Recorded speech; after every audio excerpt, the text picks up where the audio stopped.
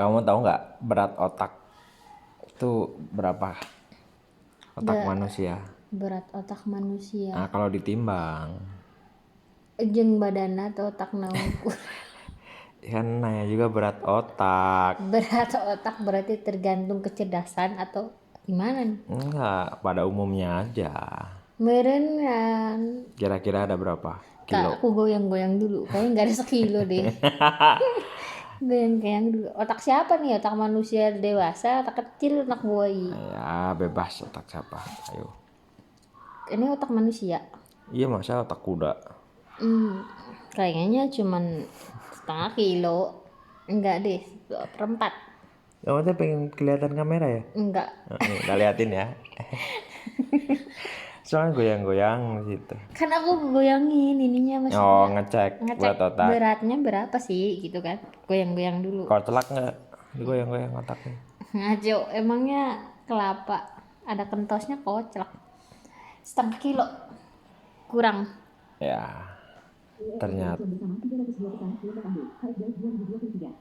ternyata berat otak manusia itu cuma 1,4 kilo. Kurang dong berarti otakku.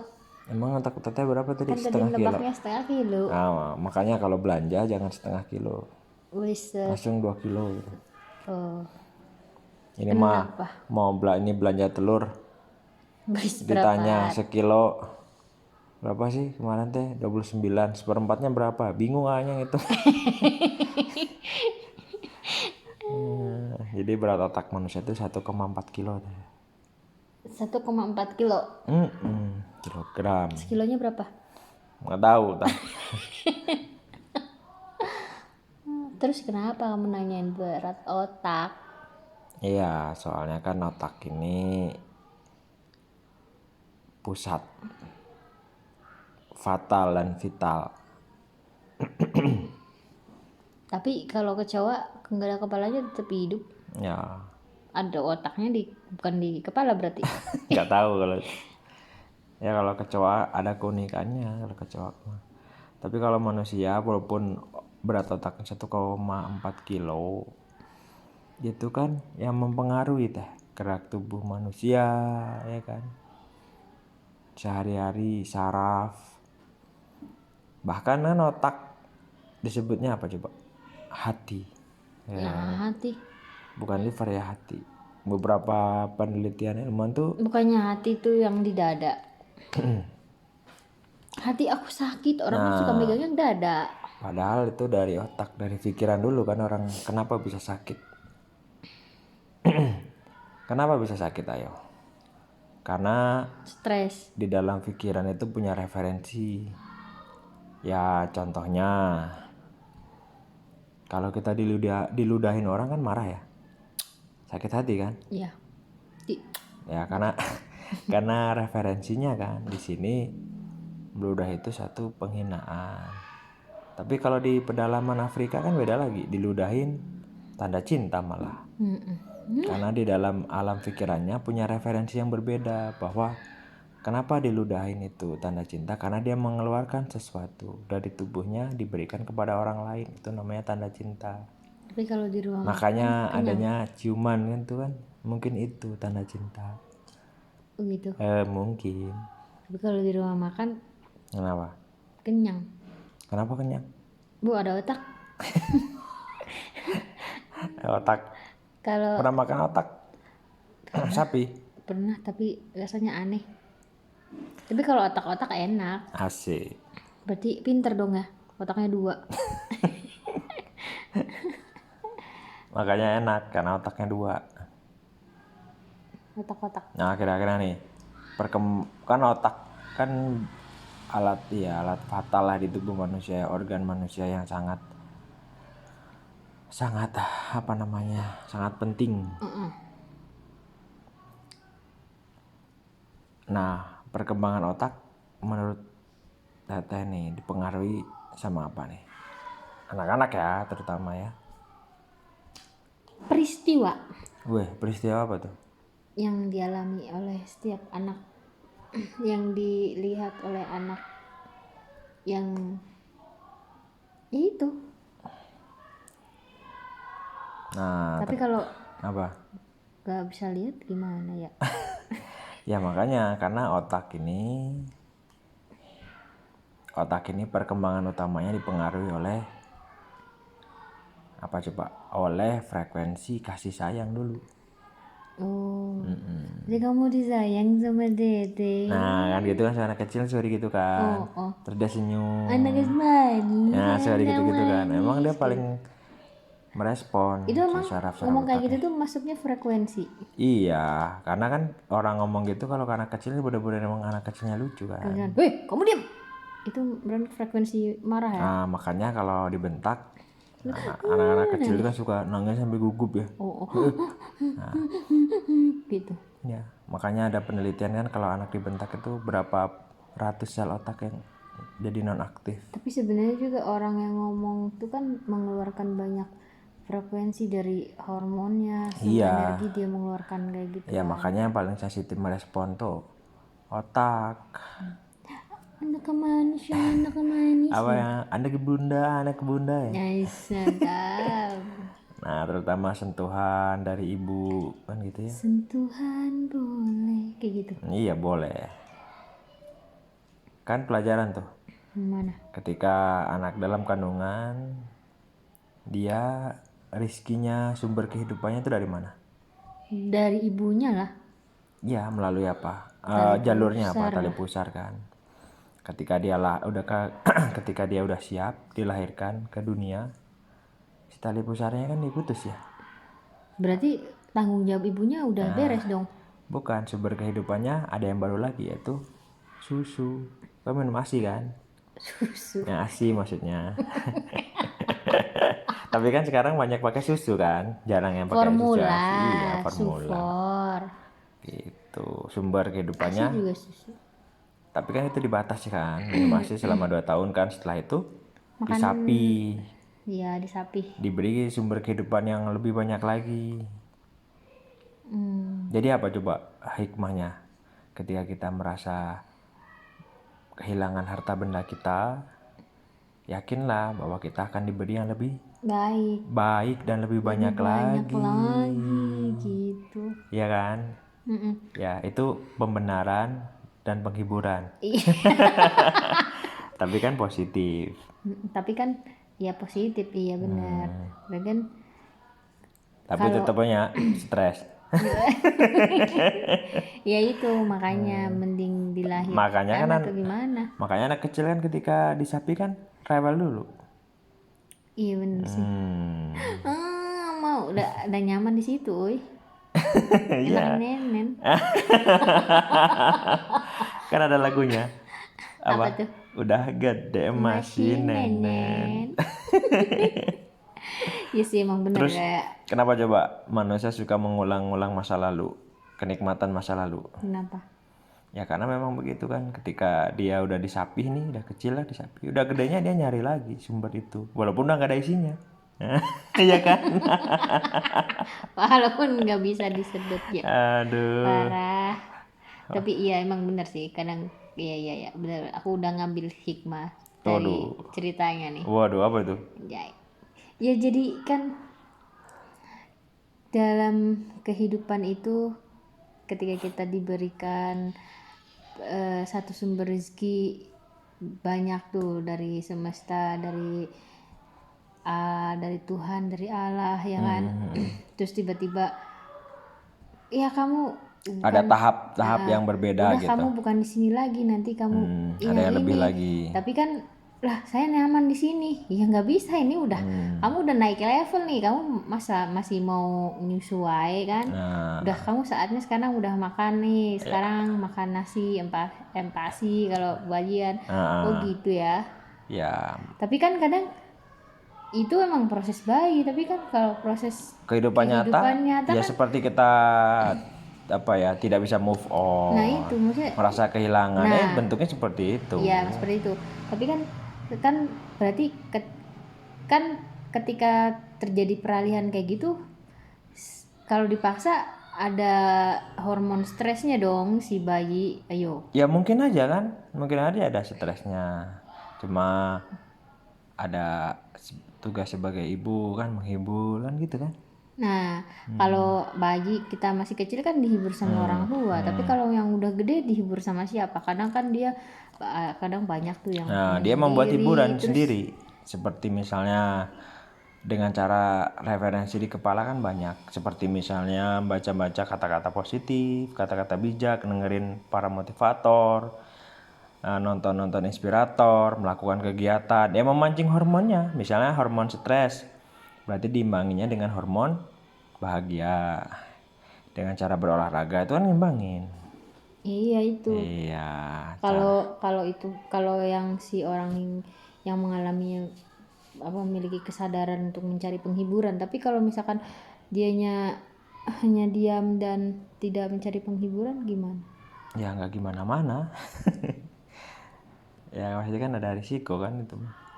Berarti pilihan. Ya mungkin aja itu pilihan atau mungkin dia cara meresponnya begitu. Beda-beda kan. Ya nggak? Ya. Begitulah. Tapi kan kalau ya sih sebenarnya sama aja ya, kayak bayi sama orang gede tuh kayak, ih kok kamu masih nenek gitu kan suka dibilangin.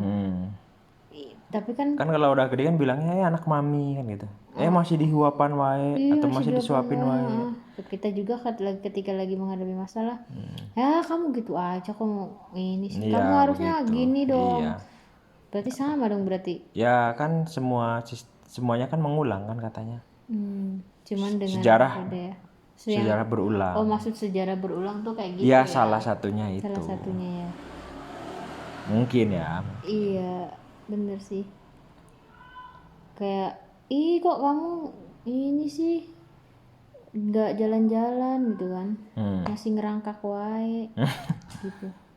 Terus kayak misalkan kalau pas ini kan coba berobat sini padahal kan kemudian udah usaha ya. Iya. Nah yang jadi stres tuh kan sebenarnya bisa bayinya dan bisa orang tuanya. Ya bisa dua-duanya kan. Bisa dua-duanya.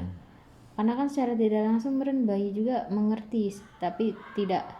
Ya sebenarnya bayi itu paling gampang beradaptasi kan. Maksudnya beradaptasi dalam artian ketika situasi dan kondisi di sekitarnya beda, dia merasakan kan. Ya contohnya lah ketika lahir kan dia langsung nangis.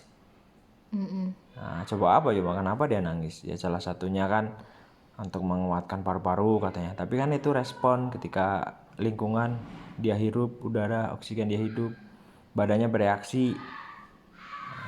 Kan kita nggak tahu nih rasanya bagaimana kan udah lupa ya.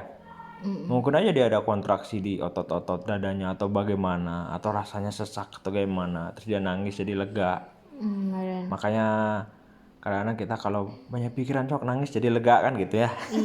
Iya sih benar. Kalau dihubung-hubungkan kan begitu. Iya memang benar, kalau lagi ada masalah problem terus nangis, terus habis nangis tuh bener-bener lega juga kan? kayak lega aja walaupun masalahnya masih ada. Tapi kan tetap aja masih lega. Itu kan cara respon badan mengeluarkan bebannya. Iya, karena hormonnya ya. Ya begitu. Makanya yang menjadi tidak dikatakan tidak baik itu ketika berlebihan kan. Iya, berlebihan. Menangisnya berlebihan, stresnya berlebihan. Senang juga kalau berlebihan kan jadi dikatakan tidak baik. Iya sih. Ya kalau yang berlebihan mah ya katanya tidak baik kan. Ya kalau gula berlebihan jadi diabetes kan. Tapi kalau otak berlebihan ayo. Wah, besar kepala. Besar kepala katanya. Besar kepala. Itu ya, ngebahas otak nyambungnya kemana-mana ya. Karena memang otak ini kompleks dan rumit sekali. Kenapa namanya otak? Ya bahasa kesepakatannya begitu. Kan itu suatu Bulatan. atau hal yang dimengerti kan. Tapi juga sesuatu yang kadang kita juga baru tahu. Juga sesuatu hal yang istimewa tuh. Makanya namanya otak. Makanya dia selalu ada perkembangan otak, saraf otak gitu. Penting sekali karena itu cara merespon dirinya dan orang lain, sosial lah ya. Ini kan katanya kalau misalkan kita membentak anak itu ribuan sel rusak. Rusak. Apakah sel yang rusak itu bisa diperbaiki lagi? Ya bisa kalau masih kecil kan masa perkembangan otaknya masih tumbuh, bisa aja dia diganti yang baru lagi kan, sel otak yang baru lagi. Tapi kalau misalkan yang gede, udah gede, ya udah gede kan punya define, punya pertahanan diri kan, egonya kan lebih muncul lagi. Tapi berarti sebenarnya kalau anak-anak korban orang tua yang suka ngebentak, suka marah-marah, Ya itu kan ada pertahanan diri juga sebenarnya, walaupun efeknya tetap ada ya. Contohnya yang gagap kan itu ada salah satu yang mengatakan bahwa itu korban bentakan. Gagap gitu ya. itu salah satunya. Efek-efeknya pasti ada. Ada yang bisa kita lihat, kita temukan, atau yang tidak kita terdeteksi, tapi pasti ada efeknya. Nah di desa aku tuh sebenarnya itu saudara juga sih, ada kan. Dia tuh bisa dengar, bisa lihat, tapi dia nggak bisa ngomong, gagu. Tapi beda tapi lagi. gagunya tuh nggak jelas geningan ngomong. Ya mungkin beda lagi perkembangannya itu, bisa dipengaruhi banyak faktor perkembangan otaknya kan. Walaupun perkembangan otak kan banyak dipengaruhi oleh kasih sayang ibu kan dia sebenarnya. Makanya kan Teteh pernah lihat tuh di YouTube ya, misalnya ketika anak yang diasuh sama neneknya, ketika dikasih hadiah atau benda mainan dia diem dulu kan gitu ya responnya. Tapi ketika anak yang diasuh sama kedua orang tuanya, ketika dikasih benda mainan dia langsung kan merespon, diambil kan. Iya. Ya gitu. Yang jelas memang otak ini sangat dipengaruhi oleh kasih sayang ibu dan ayahnya. Berarti sebenarnya untuk orang yang pengen punya anak itu harus siap segalanya dong. Ya iyalah, harus siap segalanya, pengetahuannya, prakteknya juga. Karena baca pengetahuan sama praktek kan beda itu. Beda. Makanya ya maksudnya tuh kan kadang tuh kan, bukan kadang sih, kebanyakan orang tuh kan ketika nikah pengen cepet punya anak, tapi kan maksudnya pada kenyataannya tuh loh belum siap gitu. Ya karena kan dari segi tuntutan sosial, itu mah kan apa. tuntutan. Tuntutan yang sudah disepakati oleh setiap masyarakat kan. Kebiasaan kan itu. Iya, jadi maksudnya orang yang belum punya anak tuh kayak yang aneh gitu, kayak seolah-olah orang itu tuh punya penyakit lah, entah apalah gitu kan. Padahal kan bukan, meren nggak ke situ. Ya itu bedanya kan wawasan setiap masyarakat kan gitu ya. Kalau di negara maju kan enggak ya. Iya. Nah beda lagi. Kan anak tuh sebenarnya nggak harus dari kandungan kita kan. Iya. Karena banyak banget kalau orang tua itu bisa siapa aja kan gitu. Bisa menjadi orang tua kan. Makanya kalau orang dulu kan bilangnya sesepuh, orang tua itu kan orang-orang yang dihormati kan. Bisa aja siapa. Bahkan guru dianggap orang tua kan gitu ya. Kalau ayah ibu kan biologis ya gitu. Iya. Ya sebenarnya filosofis di leluhur kita udah bagus. Orang tua tuh siapa aja bisa menjadi orang tua. Tapi aku tuh ngelihat fenomena kayak yang ya Raffi Ahmad tuh kan ngambil anak asuh ya. Terus sampai ada yang bilang, lo kok ngambil anak asuh, emang Nagitanya nggak mau hamil lagi, katanya gitu kan. Maksudnya kok hal yang kayak gitu kok dia bilang kayak gitu. Iya, karena mindsetnya itu kan. Padahal anak tuh siapa aja. Padahal dengan melakukan seperti itu malah ngebantu menyelesaikan masalah loh itu. Iya. Ya karena kan kita harus menjadi orang tua untuk siapa aja sebenarnya. Nah itu. Makanya lingkungan tuh menjadi aman. Nah gitu. Harusnya begitu. Jadi kita tuh harus menjadi orang tua siapa aja, bagi anak siapa aja kan gitu. Iya sih, harusnya kan gitu.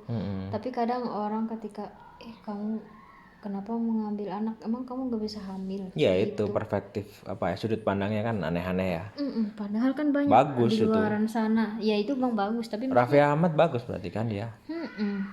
Artinya dia menyelesaikan permasalahan negara kan sebenarnya itu kan. Iya. Membantu juga kan sebenarnya. Bagus lah. Kalau bisa memang begitu. Harusnya gitu.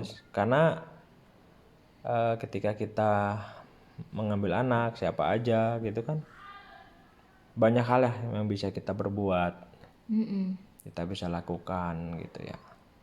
Bagus itu untuk menyelesaikan permasalahan yang ada. Ya itulah otak kita. Jadi otak yang bagus itu kita harus gimana memelihara? Berarti orang tua tuh memelihara otak seorang, ya kan? Karena memang unik. Tapi kan otak itu kan berarti kalau kita memelihara, kayak ibaratnya anak kecil itu kan kita biar otaknya bagus gitu kan, kita harus mempunyai memberikan frekuensi yang bagus. Berarti otak kitanya juga dong. Iya, Antar mindsetnya otak ya dong. betul, mindsetnya dulu kan. Ya kayak misalnya ibu menyusui itu kan mindsetnya udah bagus. Iya kan? Karena ada juga yang tidak mau menyusui kan gitu. Ya, Atau misalnya dia sulit menyusui tapi berusaha gimana mencari triknya, tipsnya supaya air susunya keluar. Itu kan sebenarnya usaha. Terus misalnya proses kelahiran, itu kan proses perjuangan dan anak, ibu dan anak gitu kan. Itu juga menghubungkan frekuensi antara ibu dan anak, memancing, semuanya itu terhubung, jadi merangsang perkembangan otak. Karena memang otak ini kan nggak ada manual booknya, iya kan? Nggak ada buku petunjuknya. Jadi memang satu-satunya buku petunjuk ya dari pengalaman orang tua dulu, leluhur kita atau para ilmuwan peneliti kan gitu ya. Itu guys.